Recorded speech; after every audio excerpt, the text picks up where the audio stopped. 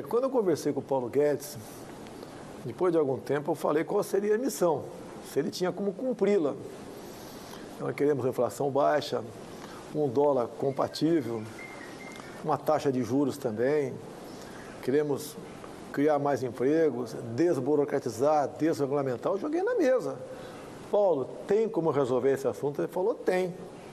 O que você precisa? Eu preciso nomear as pessoas certas para o lugar certo, entre elas o Banco Central. Mas não tem nome? Está na cabeça do Paulo Guedes. O que eu quero é meta. Tá?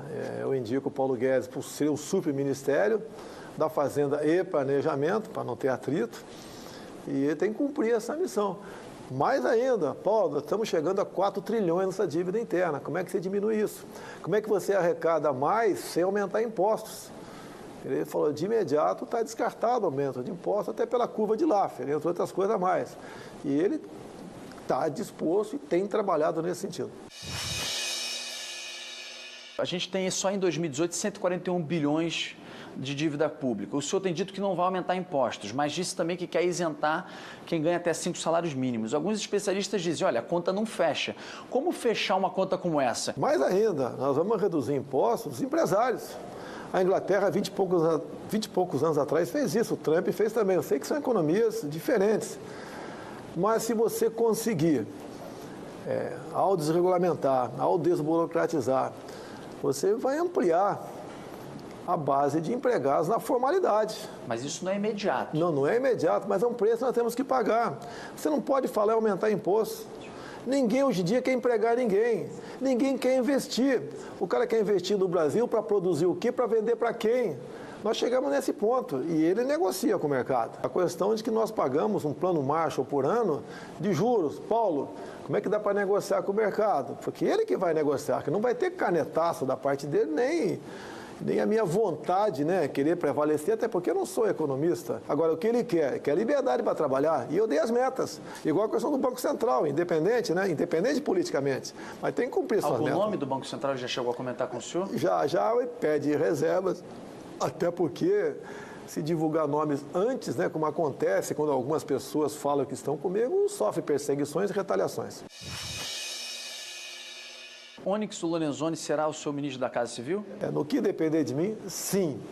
Há 3 anos eu conversei com ele, eu estava ainda engatinhando na questão da candidatura a presidente, e há 2 anos ele entrou nessa briga.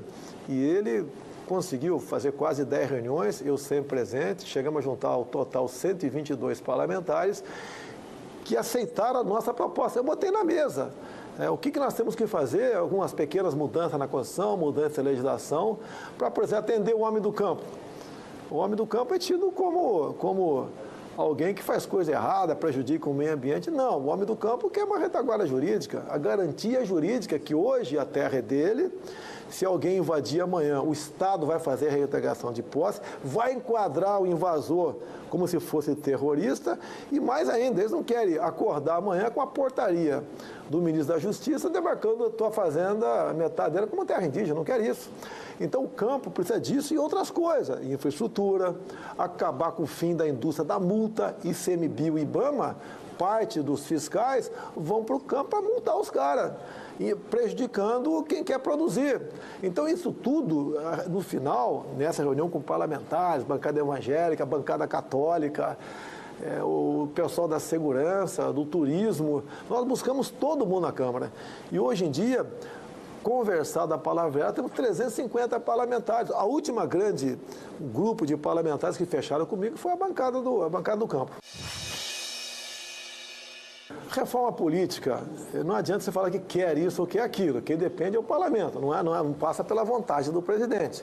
Pretendemos fazer uma mini reforma política, entre elas um sistema de votação que permita que seja auditada para acabar com a neura, né, ou com o fantasma de fraude. A reforma política passa por aí. Quando você fala na questão do campo, nós temos que tipificar as ações do MST como terrorismo. Eles não produzem nada, produzem apenas terror, levam insegurança ao campo. Devemos, por exemplo, para acabar com a briga do Ministério do Meio Ambiente com a Agricultura, nós vamos fundir esses ministérios, Agricultura e Meio Ambiente. Não pode ter esse ativismo xiita ambiental no Brasil. nós devemos botar um ponto final na indústria das demarcações de terras indígenas. Estive várias vezes com lideranças ao longo de 4 anos indígenas pelo Brasil. O índio não quer ser latifundiário, ele quer ser uma pessoa que use a tua terra, que ele possa arrendar a tua terra, ele possa fazer negócio com a tua terra, ele quer energia elétrica para não se desgastar mais na casa de farinha, ele quer um dentista para arrancar o toco da tua boca, um médico para atendê-lo. Ele é um ser humano igual nós, não quer continuar sendo usado, tá, para políticas que não interessam para o desenvolvimento do Brasil, como, por exemplo, existe em Roraima. O senhor quer propor início de governo, caso eleito, a redução da maioridade penal? Sim, está na minha proposta, né? E que eu tenho conversado com 16 anos. Talvez te bote 17. Porque se botar 16, você pode não aprovar. Como na Câmara, para você aprovar 16, foi uma forma intermediária, ou seja, só seria julgado como adulto, menor de 16 anos de idade, cometesse estupro, por exemplo. Foi para o Senado e parou.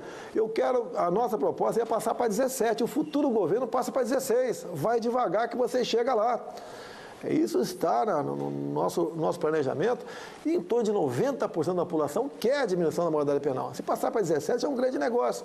Quando você fala em segurança, o policial militar, eu falo pelo Rio de Janeiro que eu mais conheço, ele teme muito mais o capa preta, quem vai julgá-lo, do que um bandido com a ponto .50 em cima do morro. Você não pode pagar uma missão para um policial fazer uma busca em apreensão ou resgatar um colega detido de madrugada, onde vai haver troca de tiro. No dia seguinte aparece gente morta com 3, 4 tiros, você condená-lo por excesso, porque mais de 2 tiros é excesso. O policial, após cumprir a missão, tem que ser condecorado e não processado. Isso entra, você mexer no Código Penal, chama-se excludente de ilicitude, que valeria para o policial e para quem está nos assistindo também. Não pode um cara entrar na tua casa, vai que você tem a sorte de ter uma arma, que é quase impossível ter uma arma de fogo em casa. Você dá 15 tiros no cara, no desespero, pega 5 na canela. Você é condenado por tentativa de homicídio e o cara que entrou na tua casa vai ser julgado por invasão do domicílio, a pena menor do que a tua. Nós temos que mudar isso. Quem está ao lado da lei, com excludente de ilicitude, ele responde, mas não tem punição. Porte de arma também é um projeto como prioridade num eventual início de governo, tendo, como o senhor diz, uma maioria no Congresso? Vamos separar porte e posse. A posse de arma de fogo tem que ser um direito do cidadão de bem. Quem quiser ter uma arma dentro de casa ou dentro da sua fazenda, com alguns critérios, poucos, tem que ter esse direito. E eu digo mais, a arma de fogo, mais que defender a sua vida, defende a sua liberdade, tendo em vista uma proposta de um ditador de plantão. Nós temos em torno de 150 estatais. Eu falei, as que dão prejuízo, nós temos que imediatamente partir para privatizar ou até mesmo extinguir. Seria mais de 50. Para mim, energia elétrica, a gente não vai mexer. Até converso com o Paulo Guedes. O que dá errado lá? É a indicação política, que leva à ineficiência e à corrupção. Nós vamos indicar as pessoas para compor isso. Você não pode, quando você vai privatizar, por exemplo, você vai privatizar para qualquer capital do mundo, a China não está comprando no Brasil, a China está comprando o Brasil. Você vai deixar a nossa energia na mão do chinês? É a mesma coisa. Suponha que você tem um galinheiro no fundo da tua casa e viva dele. Então você vende todo dia aí ovos e algumas galinhas. Quando você vende aquilo, privatiza, você não vai ter a garantia no final de semana de comer um ovo cozido. Nós vamos deixar a energia na mão de terceiros. Mas nada, nem distribuição? Você pode conversar sobre distribuição, até porque... Não geração? Na geração não, de jeito nenhum. Petrobras? A Petrobras, o miolo dela tem que ser conservado. Agora, olha só. O que é o miolo dela? Olha só.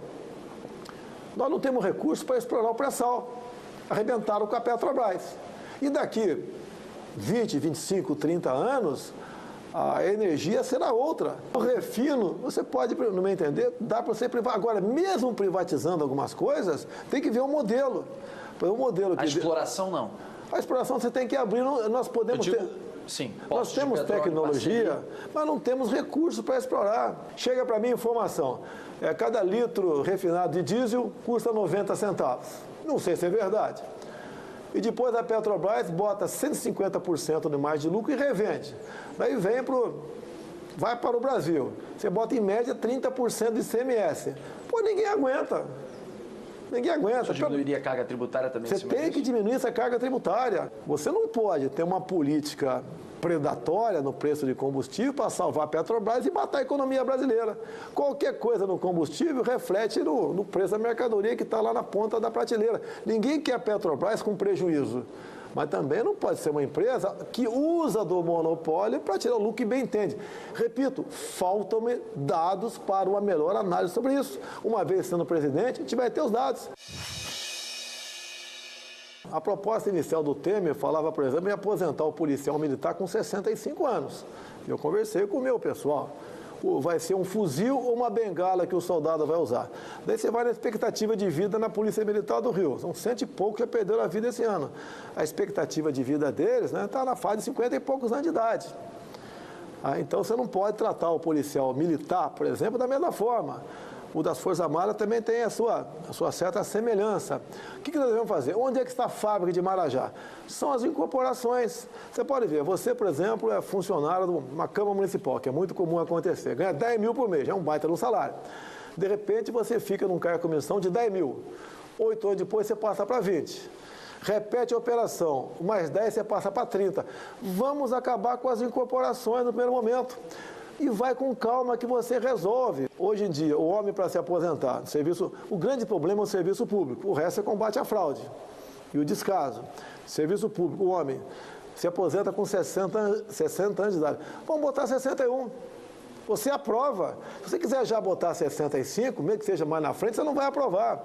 Porque a esquerda vai fazer uma campanha enorme dizendo, por exemplo, que no Piauí, onde a expectativa de vida é 69 anos de idade, dizer que você vai se aposentar no cemitério. Então, se você fizer com calma, devagar, tu chega lá. Não é como muitos querem. Não adianta você querer botar remendo novo em calça velha. Então, dá para você tratar desses assuntos vagarosamente. Obrigado, candidato. Até a próxima.